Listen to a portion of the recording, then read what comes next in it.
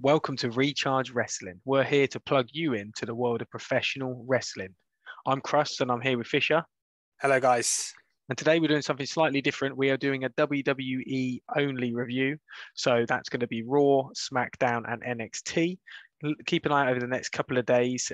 Fisher's going to be doing his AEW review covering Rampage and Dynamite. Check out his other video, a review of Double or Nothing, which was brilliant. And just a quick note, guys, please, if you haven't already, please give this video a like and subscribe to our channel. It really does encourage us to keep making great content for you. So we don't actually have any news today, which they say. Fax Fisher's taken a week off. Yeah. Fax Fisher's been firing out too much content. There's no news. But as they say, no news is good news. It's been quite hot as of late with the wrestling. Last couple of weeks. So yeah, nice to not have anything too negative to report on. So we're going to start really with SmackDown. So Fisher, take it away. Right, yeah. So the first thing I'll talk about then from SmackDown, let's start with the main event. So that was the 6-man tag team match, which we speculated last week. I think it was just me and you last Thursday, actually. It was, be the dream team. Who would be the New Day's partner? And I was kind of convinced it would be Drew. Yeah, you were right. And that turned out to be the case. Because I didn't think they'd be debuting anyone here. It's all right. It's good. It makes sense, but it also is a little bit disappointing, isn't it? For me, anyway. Yeah, I get it. It's Drew. Okay. Yeah.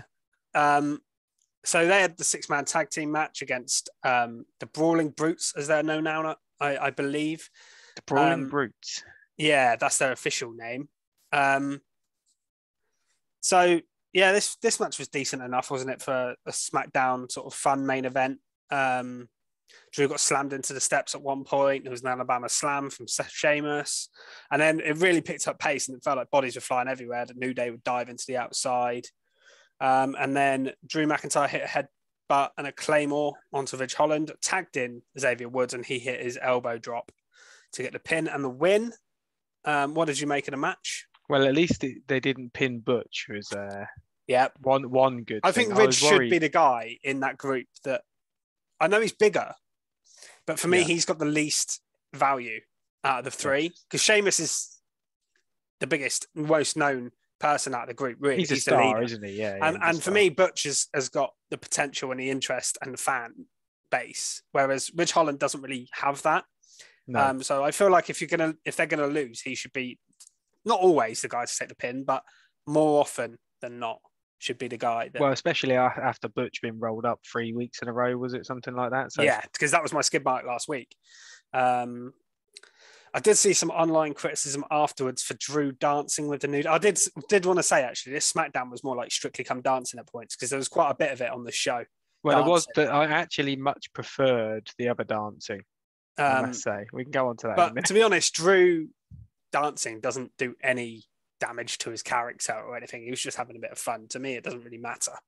I suppose at the moment it's okay. I think if he was into the feud with Roman like properly, I think it would be silly because he needs to look really strong and powerful. I think he was just having fun with a New Day here, like Big E would, like Big E used to do. I don't think there was anything more to it. To be honest, if he was doing it every week, I'd have a problem with it. But as a one-off, as a one-off thing, I don't really have a problem with him after teaming with the New Day. But yeah, I thought that match was a good SmackDown main event. Something different, at least. Yeah. One of the main things on the show that was very interesting, I thought actually was not quite my top mark, but something I really enjoyed was the Kevin Owens show with Sami Zayn. Yeah. And the whole relationship afterwards with Sami Zayn and the Usos on this show is really, really good stuff, I think. Yeah, I enjoy it. But KO and Sami together are just so good. Yeah. And this segment didn't really have that much of a purpose. No. But they're so good that they just make it work. Well, do you think it didn't quite have a purpose? Because I wonder, watching them at the end, are we getting another Sami Zayn versus KO feud? That is a possibility, but I don't think so. I think there might, if there is a purpose, I actually think it's almost the opposite of that.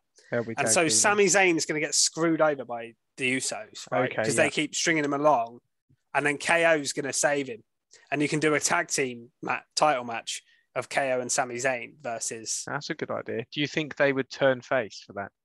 I think so. Yeah, I think if Sami Zayn keeps getting screwed over, and then you kind of have sympathy would grow for him, he would turn face. Kevin Owens That'd could be turn a great face. new tag team, to be fair, and it gives Kevin Owens something to do. That's you the one put thing gold on him. Yeah, that's the one thing neither of them have done in WWE yet, is team up as a proper tag team and have a tag title run.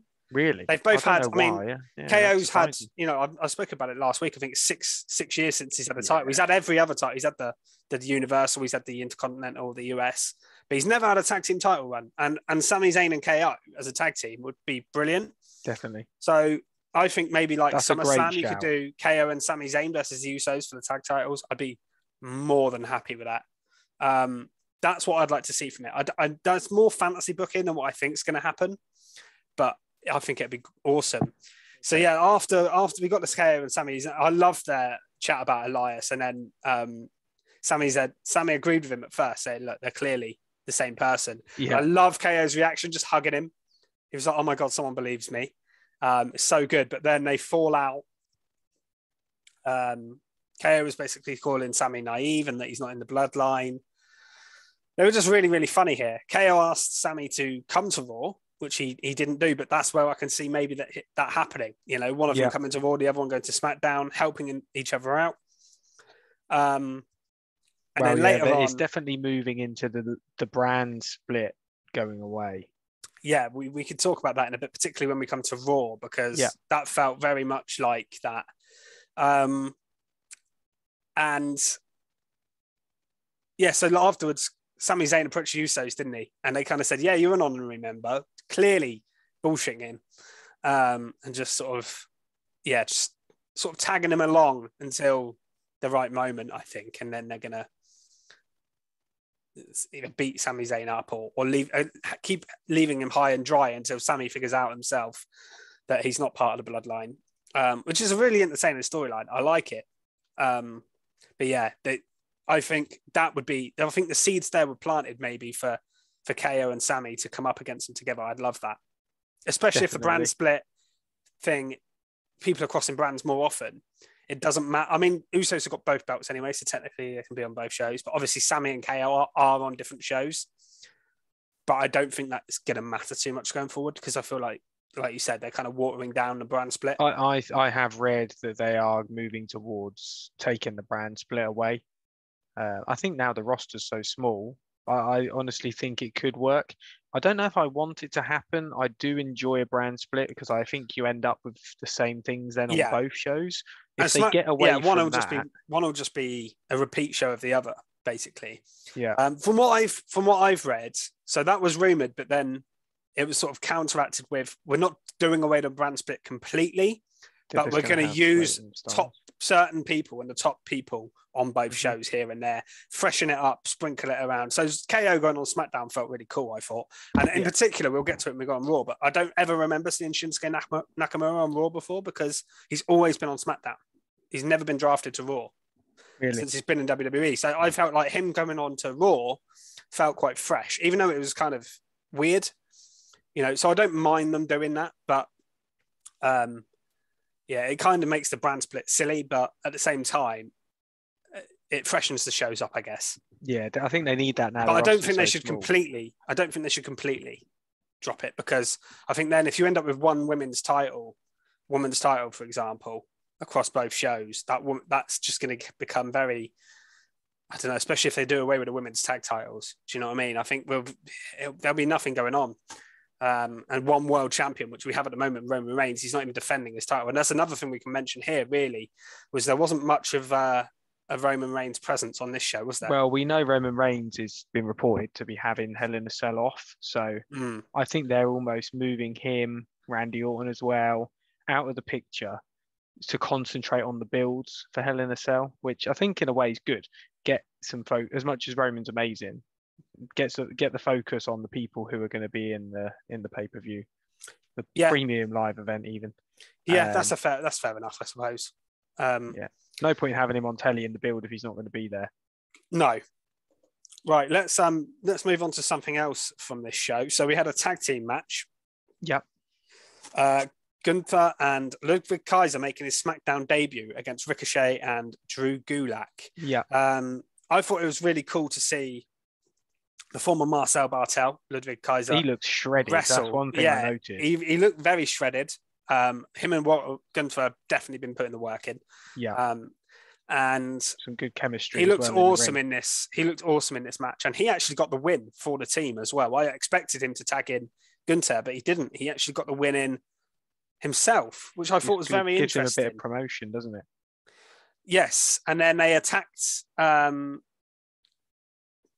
and Ricochet after the match. So I think this is obviously leading to that match we talked about, the Gunther Ricochet Intercontinental title match. It's a shame I'm hoping it's not going to be a Hell in a Cell. Oh, it could be because we have still got a SmackDown to go before. Yeah. At the moment, there are 6 matches on Hell in a Cell. There are no SmackDown matches, which is really weird. It's all Raw. So it wouldn't surprise me if they do add a SmackDown match or 2. Then again, I think Backlash only had 6 matches.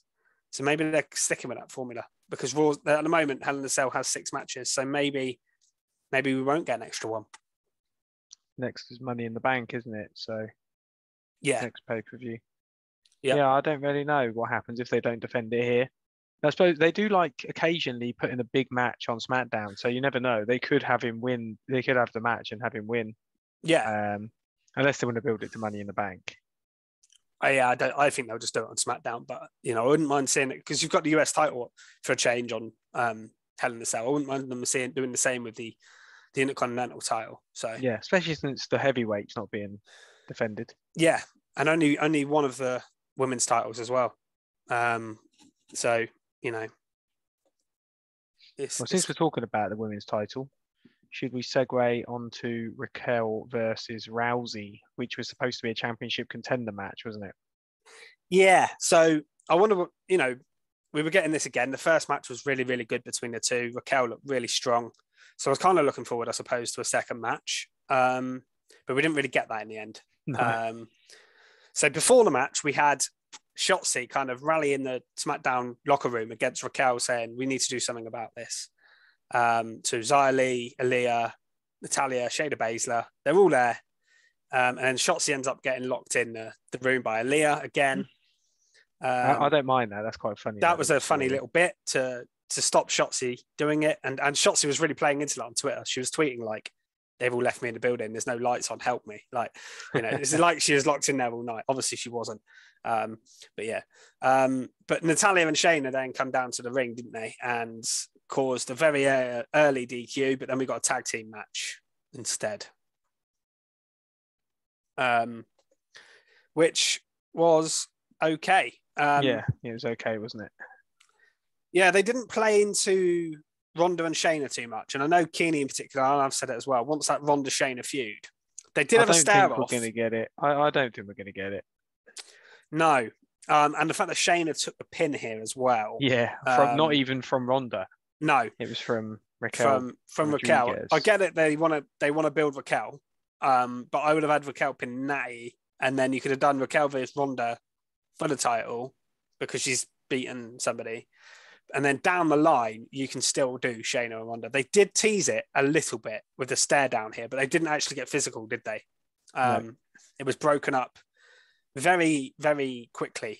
But yeah, it was okay, but it was just a bit disappointing they didn't give Raquel the full match against Ronda again, but I guess we don't like championship contender matches. No, we don't like them anyway. I wasn't too bothered in the end, and I guess this is it's probably actually a better way to build up Raquel for Ronda, teaming her with her instead.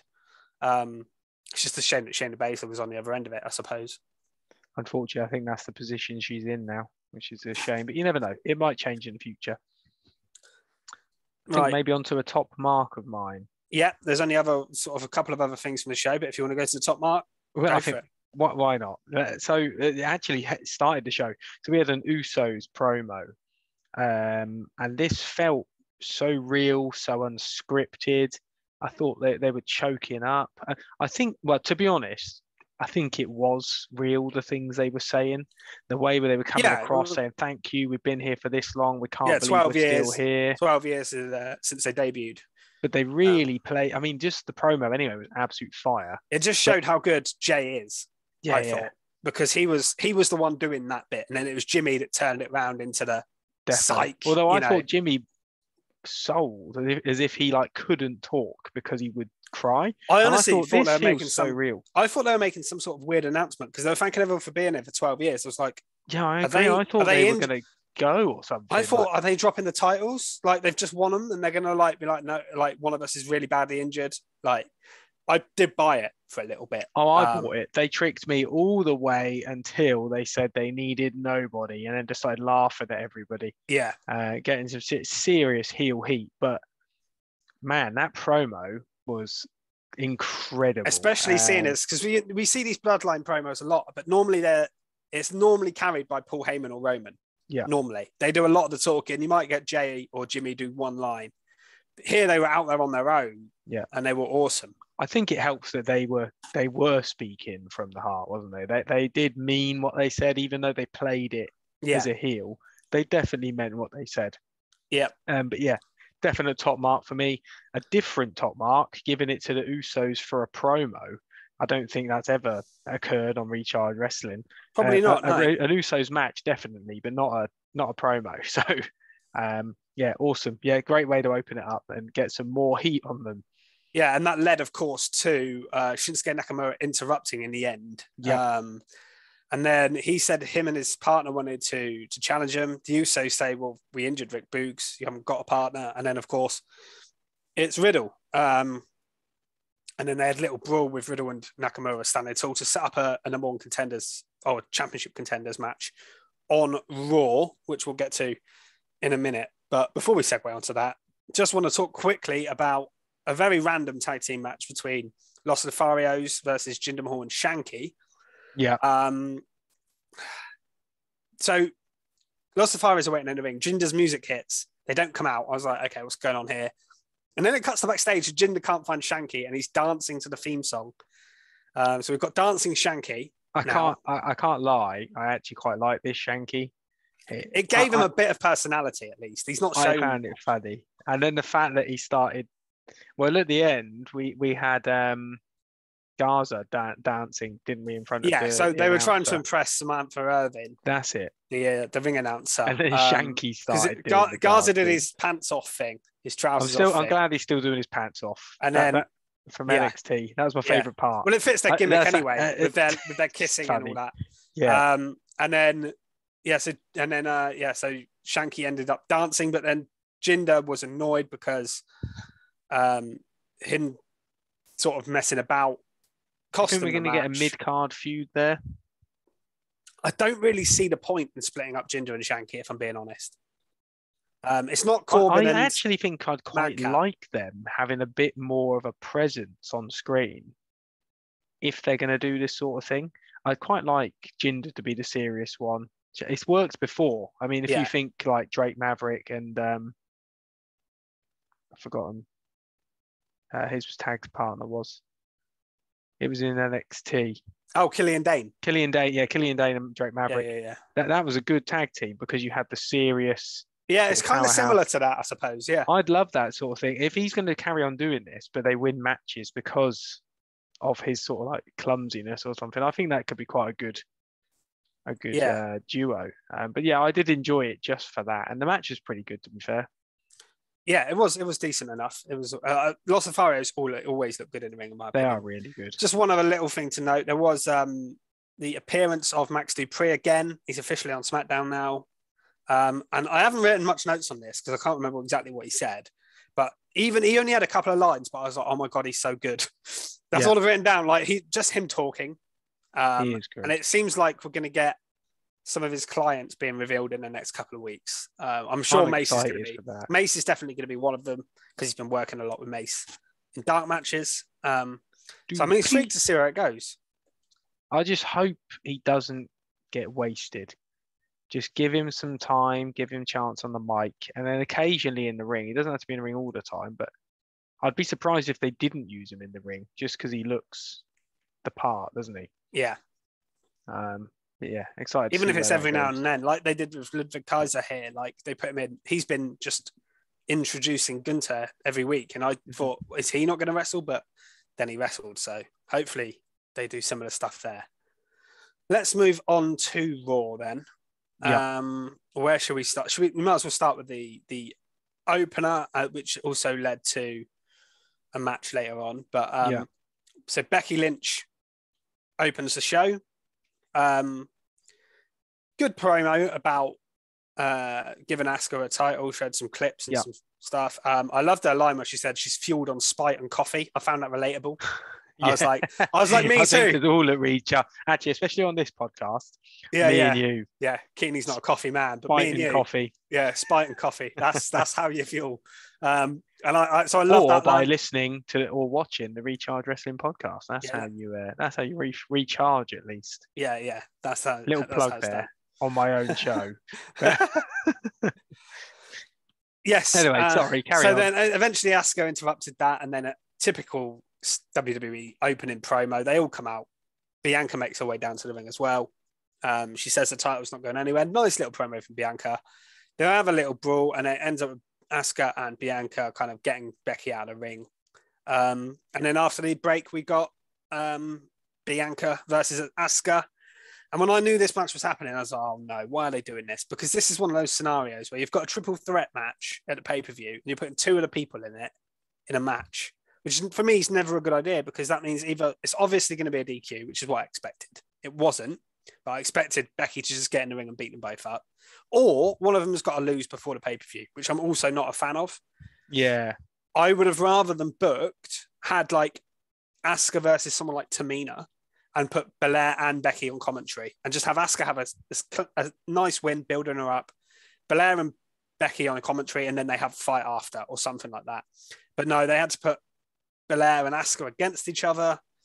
The thing is, I like it because it's not the norm to have somebody pinned cleanish. Well, it ended up being a roll up, didn't it? Yeah. But which is, I guess it doesn't mean anything, but I just wouldn't have booked the match in the first place. It's difficult to know now because in typical WWE fashion, you'd say that the person who got the one up would be the one that lost at the pay-per-view, but you had Becky standing tall at the end. Oscar getting the pin. So does that mean Oscar's winning? I get it. I get that. It's difficult, isn't it? But I really think a big title out will be held till SummerSlam.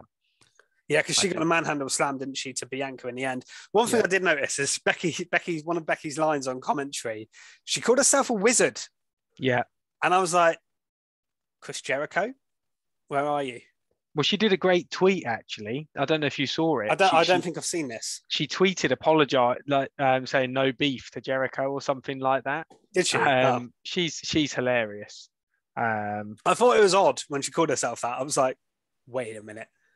Jericho's been doing that every week. She did tag him and saying no beef or something like that. Oh, right. Fair enough then. Fair enough. But yeah, this was okay. It wasn't the best setup for the Hell in a Cell match. I thought it was a good match, though. I thought it was a brilliant match. The match itself was good. I mean, it's Bianca Belair and I think Asuka. It's going to be can't really be bad. Pay-per-view. I think it will be a great match. That's the thing with some of these matches. We said, remember Backlash? The build to it wasn't particularly good, but the matches when they come around were really, really good. Yeah. And I think with a few of these, we're going to get the same thing here. Although there's been one match that's been built brilliantly. The rest of the card's just been a bit average. But I think when we get to it, the whole card will be really good. Yeah.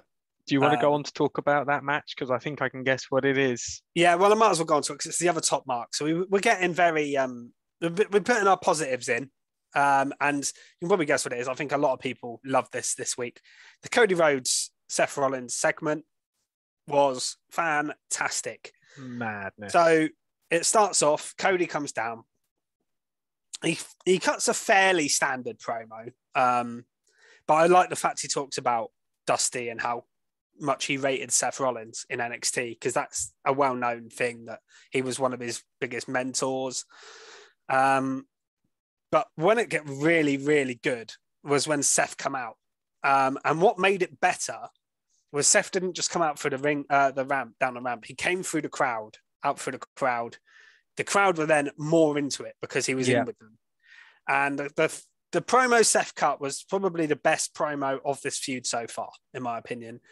purely because he used references from AEW, which I've been waiting for them to do. Absolutely. Now, I don't like it when they reference the other shows pointlessly. Not if they play him down, yeah. Like when a WWE wrestler gets released, turns up on Dynamite, and then just starts slagging off WWE, and it's not related to his feud, I hate that. Yeah. But when it plays into the story and the character, and it makes sense, that's when I like it. And here, Seth basically said, "You left, you joined your other friends, you tried to tear what I built down here, you failed, so you come running back." Yeah. Not untrue. He also said about you can't take a sledgehammer to a throne and then come back and try and take my throne or whatever. Word for word, not word for word what he said, but I just thought these lines were brilliant. And that was a reference to in 2019 at Double or Nothing when Cody smashed the throne, didn't he, with a sledgehammer, sort of attacking Triple H almost. Yes. Very clever promo. And I guess sort of Cody would have said, yeah, go for it, because he knows how much fire this is going to be. Absolutely. And then I thought, okay, this is a great promo. And where is it going to move from this? But then Cody kind of challenges Seth to come down to the ring. Seth starts going towards the ring, backs out when he gets to the barricade, starts his little laugh. But then they just brawl through the crowd, a brilliant brawl. It went on for ages. Smashes into the barricade, round the ring. Three times so personal now, doesn't it? Yeah, and this honestly feels like a mimic almost, but different enough to make it interesting of Edge Seth last year. Yeah. And this now feels really personal. 3 pull-apart brawls. Curtis Axel was out there trying to pull them apart. Didn't know if you've noticed him. I didn't even know he was still there, to be honest. He's back working as a producer, a tryout as a producer, so he's working behind the scenes. He was one of the guys. I think Maria Davari might have been there as well. There's a couple of guys that are working behind the scenes come out here. I was like, oh, Curtis Axel's back on TV. They were trying to all separate them. They had a really good brawl, and this is a perfect setup for a Hell in a Cell match. And I just thought this whole thing, the crowd even charted, "This is awesome," which you don't normally get on a segment. You normally get that in matches. You don't even get it in matches that often on Raw, but generally as a rule, you get it. It was so exciting, wasn't it? Like, it was a great brawl. These sections feel quite cheesy where they're brawling, being pulled apart. But this just felt like a proper fight. Yeah, like they really hated each other. Yeah, this is really well done. To finish it off for me by getting Seth to beat Cody, because it would be such a shock. It's too obvious if he wins. That would be my only problem with the whole thing from Cody coming to WrestleMania has been perfect. The only issue I have with it is Seth losing 3 times in a row if he loses here. So let's see what happens there. But yeah, absolutely brilliant. Cannot wait for the match. Yeah, and I think it's going to main event because I'm pretty sure it's the only match inside the cell as well. So it's going to make it special. In all honesty, if you put a belt on the line, I still think this it means more. I still think it does. Yeah, because you've got the women's. Obviously, the women's match is a big deal, the triple threat. But this match is big. It's a big deal, but this just feels huge, and it's been building since WrestleMania. So yeah, I think it's got a main event the show, and this is the crowd. This got to be the crowd favorite, surely. Yeah, and it's the first time as well. It'll be the first time Cody Rhodes has ever main evented a pay-per-view on his own in a one-on-one. So which match is quickly in WWE? Hell in a Cell then? Which ones are in Hell in a Cell? So we've got Cody versus Seth. Just Cody and Seth at the moment. Is that it? The women's match hasn't been announced as one. That makes it even bigger, doesn't it? I thought the Omos match was going to be, but I'm not sure. I'm not sure if it is or not. So should we talk about that then? Yeah, let's move on to that. So that was actually the main event segment, wasn't it? Yeah. Which felt a bit. I was quite weird. Surprised about that. I think they should have done the Cody Seth thing at the end of the show. Yeah, I think so. Personally. But they to be fair, they quite often put Cody on early so that people watch, because people don't watch the end of Raw. And we do, but there's a lot of people that don't. They switch off. That's crazy. Hour. I can't imagine not. How dare you not watch to the end? Yeah. Oh, I guess, it's... Or don't watch to the end and then listen and watch Recharge Wrestling to find out what happens. Yeah. So it's a contract signing, which is a very overdone idea in WWE, really, as a whole. I got annoyed with the fans here. I didn't really rate the fans that much, apart from that Cody segment where they were cool. I didn't like the fans too much on this show, and they were MVP actually got quite a good promo, but they were just doing the what chants at him. And I was just like, just shut up and listen to MVP. Um, What?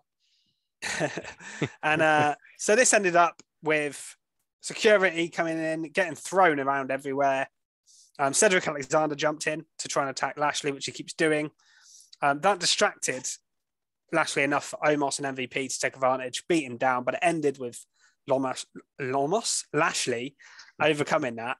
And then he ended up spearing Omos through a table. Didn't he? And that's how the show went off the air, which was fine as a closing shot. But I don't know if it made me more interested or less. So the stipulation as well that was obviously revealed this week is it's a 2-on-1 handicap match. What do you make of that? I think it almost takes away from Omos because Omos didn't really lose fairly in the cage because Lashley just sort of fell out of the cage and MVP even said that himself. Yeah. So I don't know why he needs two people to beat Lashley. It just takes. I think it just takes it away from Omos. But I guess if Lashley overcomes this, that shows he is incredibly. Yeah. He's a beast, isn't he? Really. I'm in two minds here because, again, I shouldn't probably think like this all the time, but Omos went through the table, which is the going home show piece. So really, he probably should get the upper hand. And to be honest, I don't think there's any shame in Lashley losing in a 2-on-1 scenario. No. I think it could be quite a good match, to be fair. The thing is, you know as well, if Lashley does win, he's pinning MVP. He's not going to pin Omos. So, no. But then what does that really do for either man? I don't even see where this is going to go after. It's almost like the feud needs to end here, but I don't really know how you could carry on or end this now. So yeah, it was a pretty good segment, but I'm not hugely into this. No, I'm not really. It's good, but I'm not. I liked it up till sort of when MVP joined Omos. I thought it was a good idea, and I thought that. But now I'm a bit bored of it. I'd like to see Lashley move on to something else. The Cedric stuff is okay. I'd rather see him wrestling properly. Then again, I don't think Omos needs extra people. He's been built so I get strong, that it's the idea of Cedric Alexander's desperately trying to impress MVP to get back in his good books. I get that that's kind of the story there. It's not really about Omos in that sense, but yeah, at the same time, Omos is getting help from MVP, help from Cedric Alexander, and he doesn't really need it. No. So let's move on to something else. So we got the Mysterios and Ezekiel in a 6-man tag team match against the Alpha Academy and Kevin Owens. This was all right, I suppose. Some nice teamwork by Mysterios and Ezekiel. They did like a triple drop kick at one point to knock Otis out of the ring. Yeah, that was cool, actually. I thought Ezekiel actually looked pretty good in this match. Rey Mysterio went for a 619 on Kevin Owens, but he missed it. KO hit a super kick. But then Rey dodged it and it hit Gable. So that meant they could do a double 619 to Gable. And then Ezekiel hit his finisher and they won. Obviously, we're getting a 1-on-1 match between Owens and Ezekiel at the pay-per-view. Ezekiel got the win here. I loved Kevin Owens getting annoyed afterwards of going over to the commentary table and throwing the papers around because he was so annoyed. I like that. Was a bit confused with this match. I was a bit puzzled why Veer wasn't involved with the Mysterios because that's who he's been feuding with. But other than that, it was okay. Yeah, to be honest, this match, I don't have too much to add. I can't lie, I'm getting a bit bored of Ezekiel already. I like it, but I think the story needs to move forward now. I'm hoping at the pay-per-view something... I mean, I was listening to another podcast earlier as predictions for Hell in a Cell, and they were talking about where this feud can go. And I think KO's got to be proven right about Ezekiel, that he is a liar somehow, or they do something crazy. And I've mentioned it before, and they bring in another person to play Elias. That would be quite funny. Or they do the guitar strum and it distracts KO, and then Ezekiel beats KO that way. Not that I want KO to lose this. I think he should win. Because he's lost a couple of matches. I think he should be beating a mid-card guy like Ezekiel, who's never going to be a top guy, really. He's a comedy mid-card guy. So it's interesting to see where they go at this pay-per-view. If they just do a normal match and KO or Ezekiel win, and then it continues the feud, I've had enough of it. I don't think it should go any further now. I want to see KO move on to something a little bit more. I like your idea.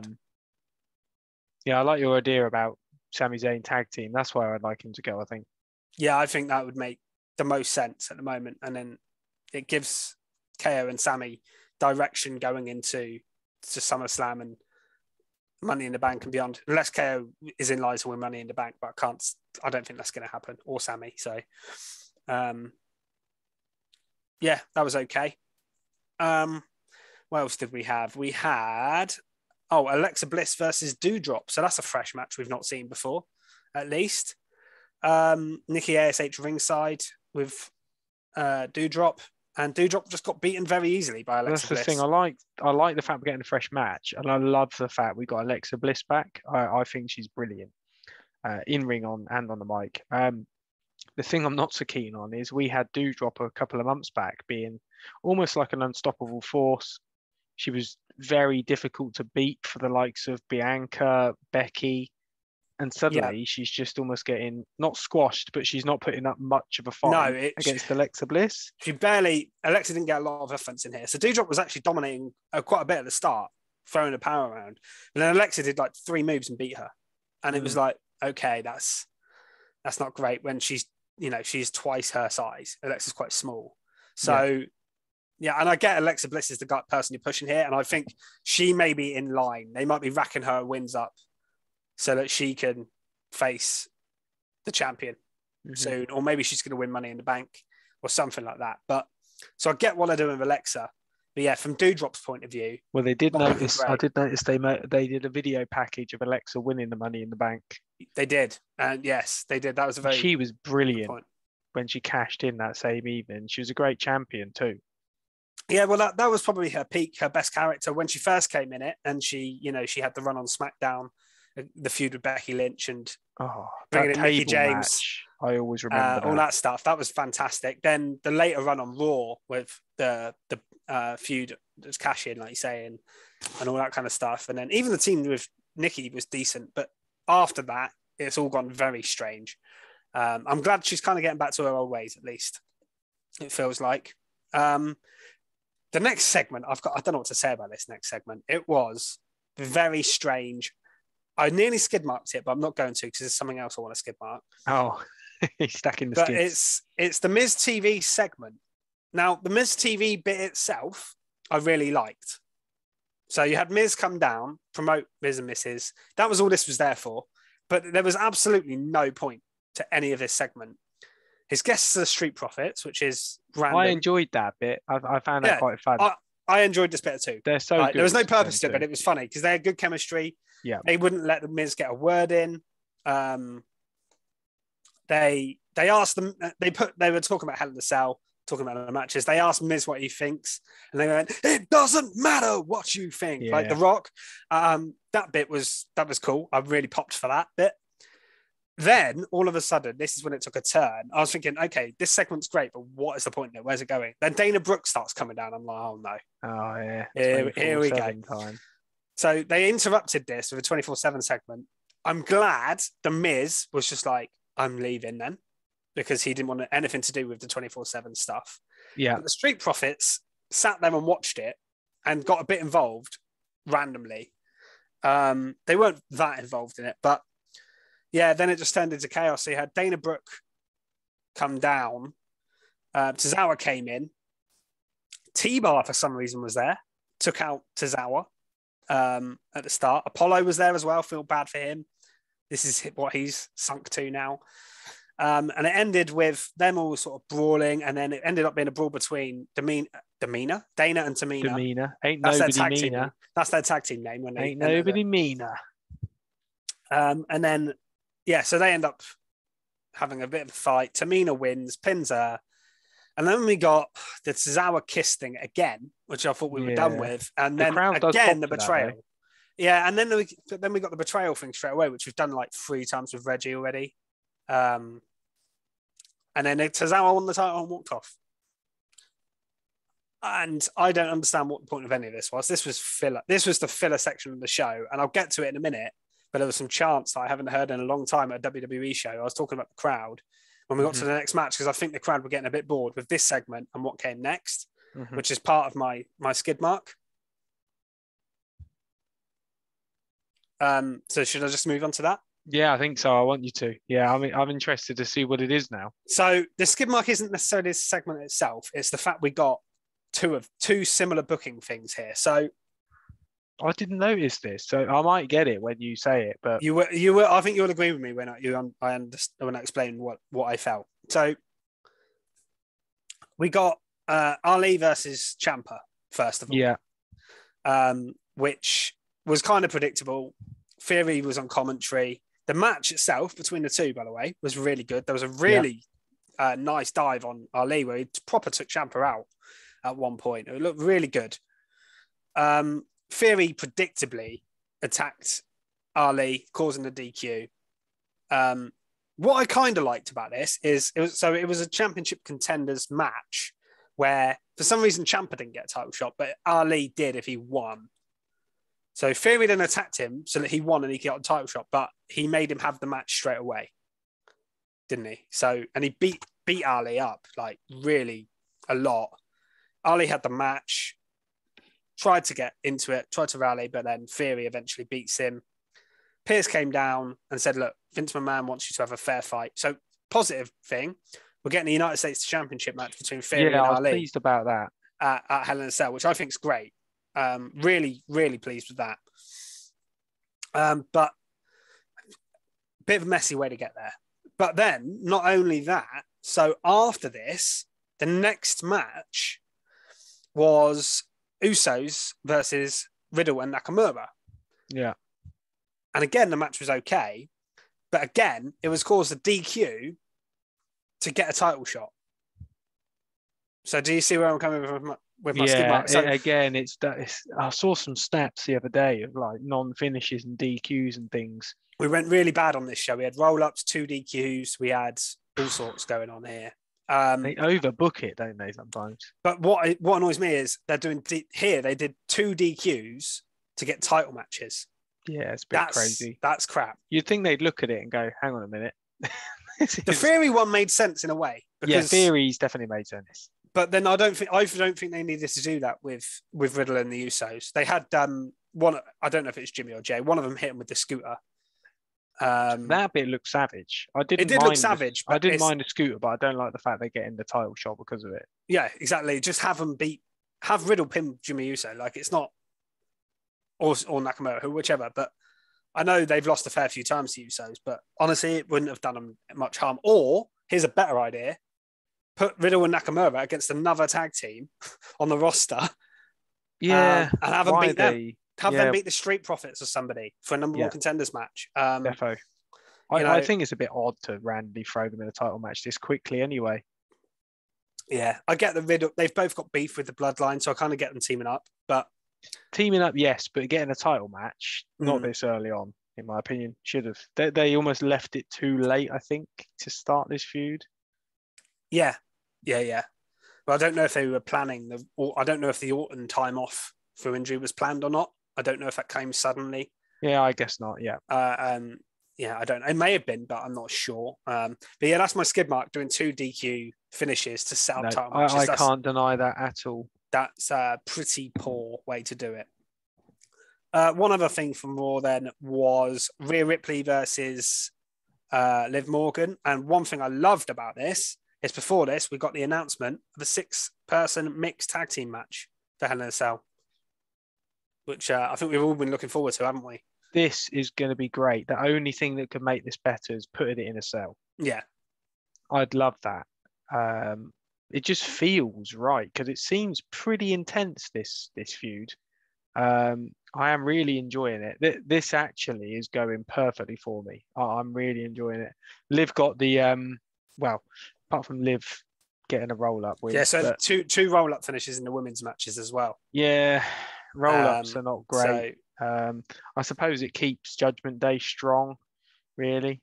They actually got the better of Judgment Day this time, didn't they? So, which has been quite rare. Club. Yeah, Is that what so they're calling themselves? What are they calling themselves? they're not calling. They've not mentioned the Bullet Club, but they do the Too Sweet and everything. Too sweet. I don't think they actually have a name yet. I'm guessing because I don't think it's a long-term thing, and we'll get to that when we talk about predictions and stuff down the line. Oh, But I don't think this is long for. before Balor joins Judgment Day. Well, even Balor joins. Yeah, I think. I mean, spoiler for my predictions, but I think the pay-per-view, either Balor's going to turn or someone else is going to join Judgment Day and help them win. Yeah, I don't see where else this goes, because I think there's definitely someone else going to join Judgment Day at this show. I think someone is, whether it's Balor, whether it's AJ, or someone outside. I'd like it to be Ciampa, because my God, he was wasted on this show. The fact he was makes me think he's probably not going to be. I'd have kept him off TV, I think. He would have been better off, yeah, probably. But it's very interesting. The match itself between Liv and Rhea was pretty good. And yeah, I like the after angle. So Priest came in and stepped up to Liv, didn't he? But then Balor came down and then they all hit the finishers, which was really cool. And that's about it, really, from That's Raw. it for Raw, isn't it? So let's talk about everyone's favourite show, NXT 2.0. I mean, you make that sound like we don't like it. No, we are fair to it, but I know there's a lot. When I say everyone's favourite show, I think it's just generally people are a bit skiddy on NXT. They don't skiddy. It's the amount of people that I see, I know, or watch that don't watch NXT anymore, or just don't care about NXT anymore, is amazing compared to like. No, I think this had some banging wrestling on it, to be fair. It has still got good wrestling on it. I think it's more the presentation that's the problem. Not as dark. Yeah, there's just too many silly gimmicks, isn't there? And yeah, I think there is quite a lot. Yeah, but it's some of them are good. I like some of them. Don't get me wrong. I like some of them.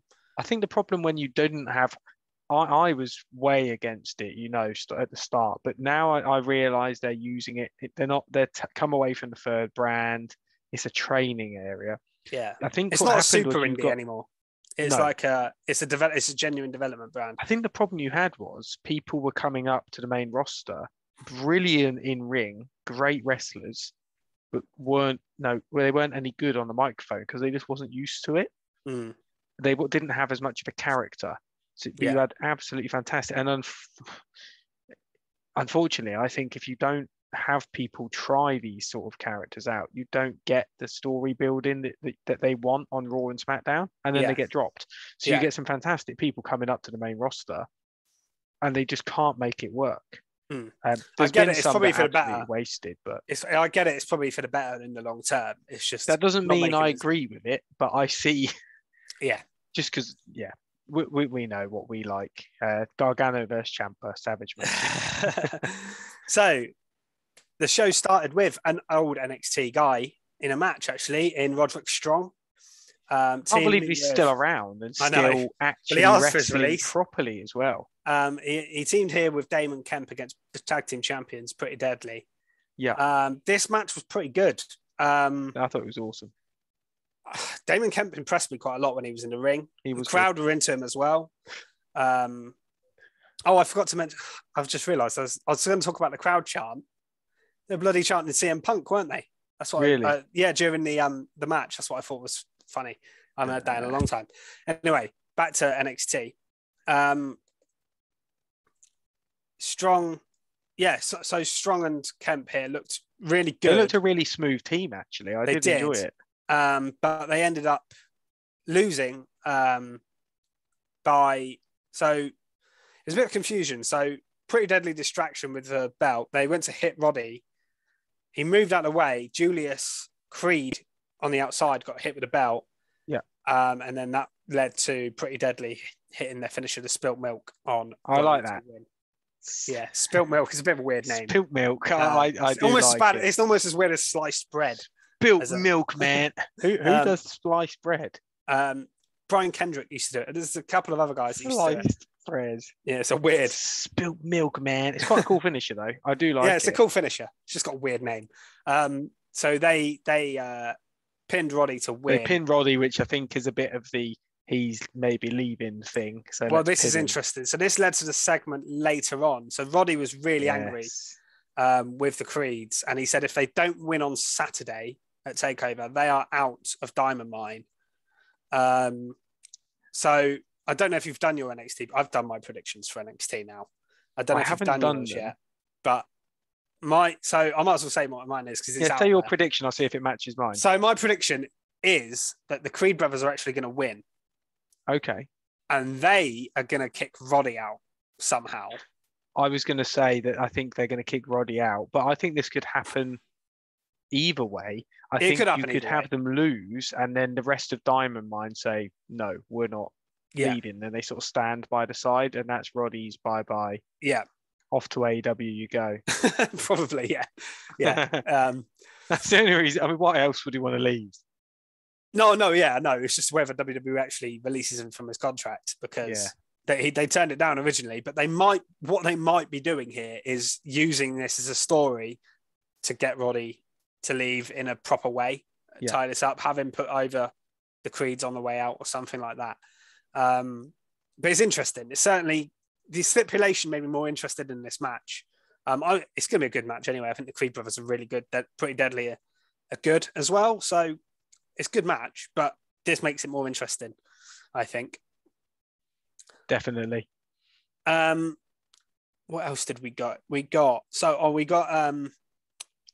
a business negotiation. I was going to say the business negotiation first between Tony D'Angelo and Legado del Fantasma. So they've agreed to have a 6-man tag team match at the pay-per-view. Sorry, I said Lopez, and for some reason my Amazon device, I'm not going to say started playing J-Lo. Just started telling me random facts about Lopez. I was like, what is happening? So yeah, sorry about that. I wonder what you were doing because you suddenly muted. I could see you doing something. Yeah, I don't even know what he was saying. It was really loud as well. So yeah, sorry about that. That's all right. So they agreed to do a 6-man tag team match, and again, interesting stipulation with this. So the losing crew has to join the other team under their leadership. So whichever team loses, they're going to be sort of controlled by the other one, which makes it interesting. And I honestly don't know who's going to win either. No, I don't. It's going to be very interesting, isn't it? It's going to be a good match. It's going to be an absolute scorcher, I reckon. It is good. I think they're inexperienced, those two, with Tony D, but they looked okay on their debut. And all of Legado del Fantasma are fantastic. So I think it'll be a good match. I think the matches, again, they look good here. Like, this will be a good show. I just think the way it's presented, people are a bit, not happy with. I mean, the main event stuff I don't like. I will say that. But other than that, I don't think it's too bad. So you were going to say about Cora Jade versus Elektra Lopez. I didn't have too much to say for it. Just the fact that Cora Jade's been put over again.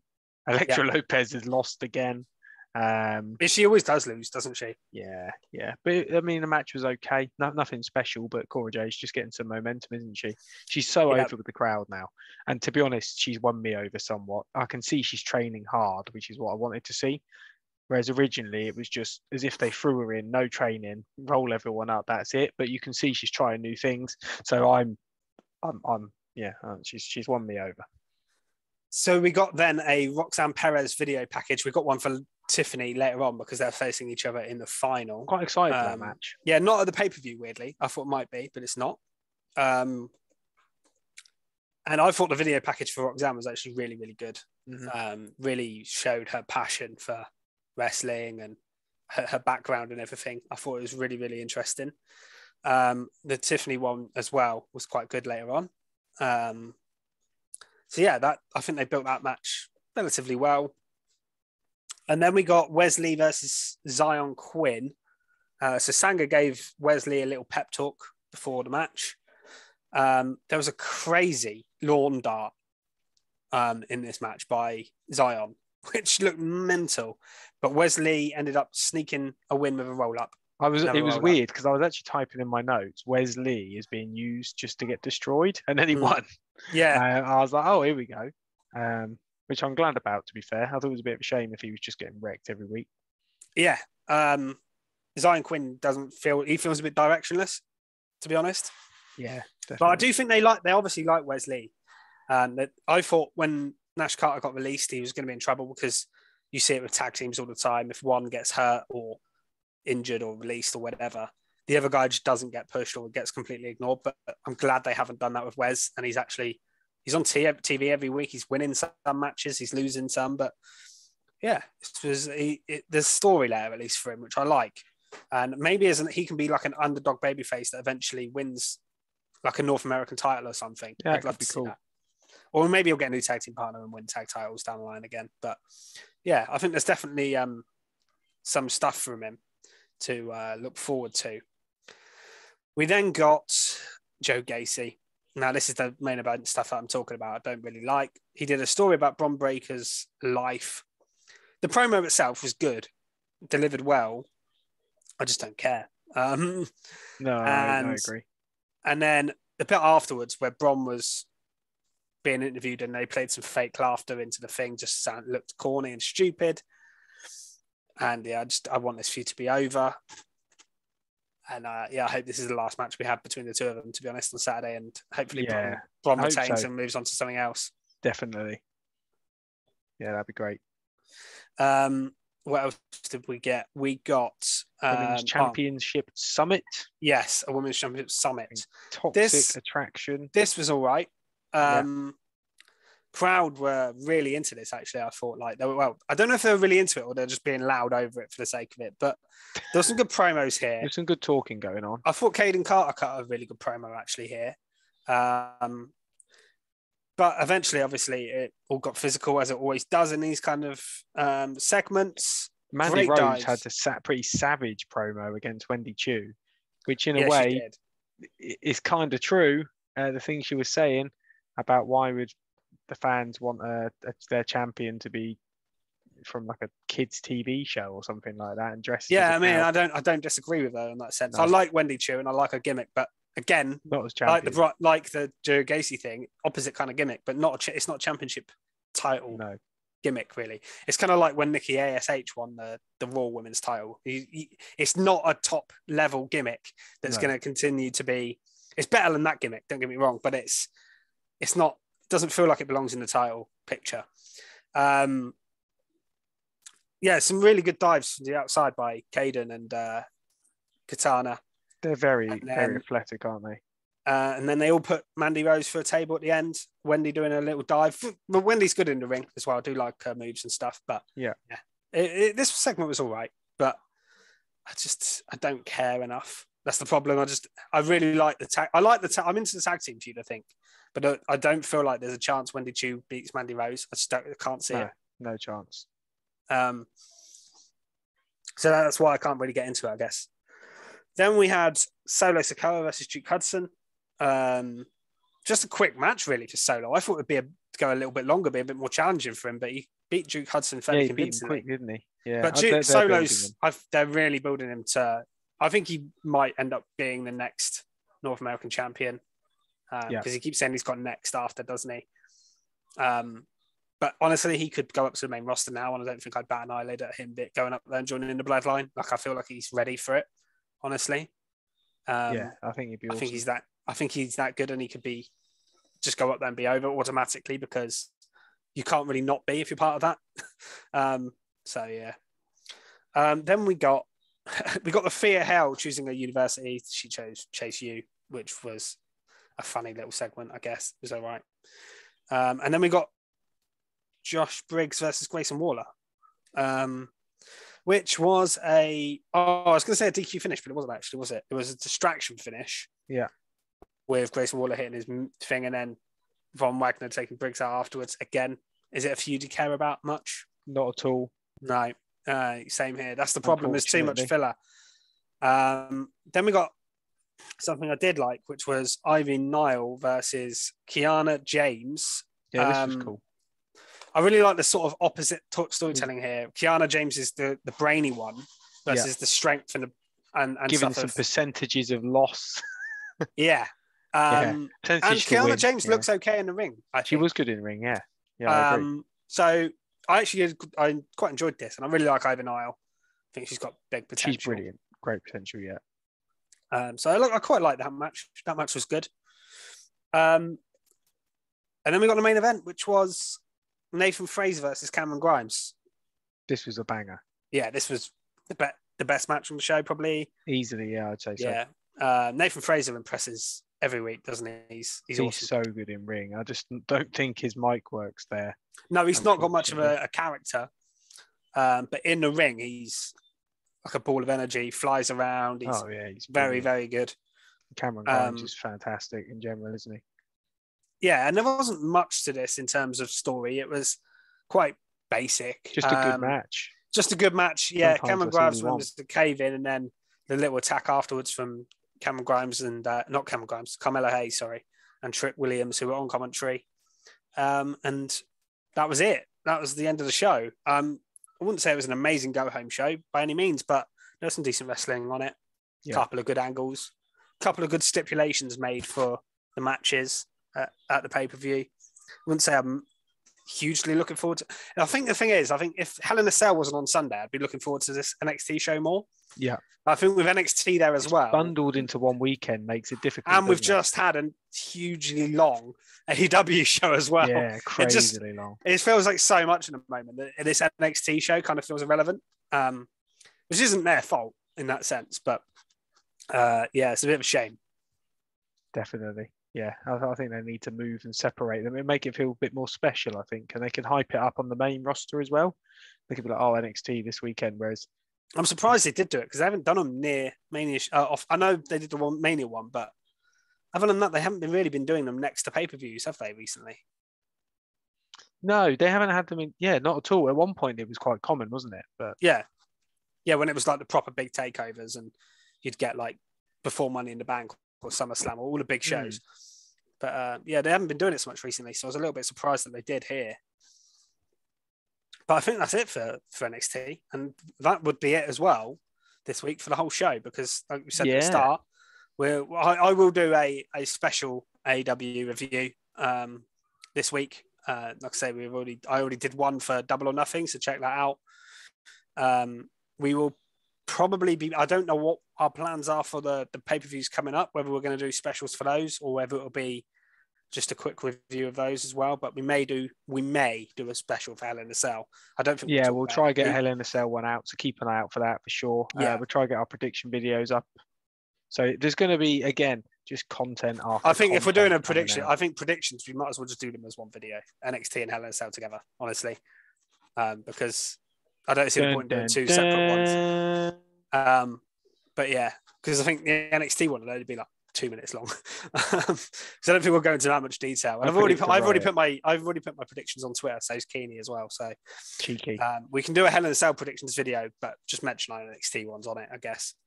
But yeah, so follow us on Twitter at Recharge Wrestle.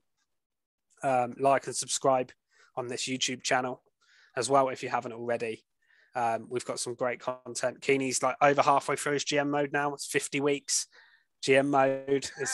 It's really good. I watch it every day without fail because I don't know what's going to happen each time.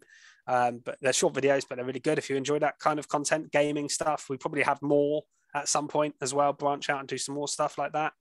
But we've got predictions coming up, like we just mentioned. We've got Hell in a Cell review. We'll have our normal podcast back next week.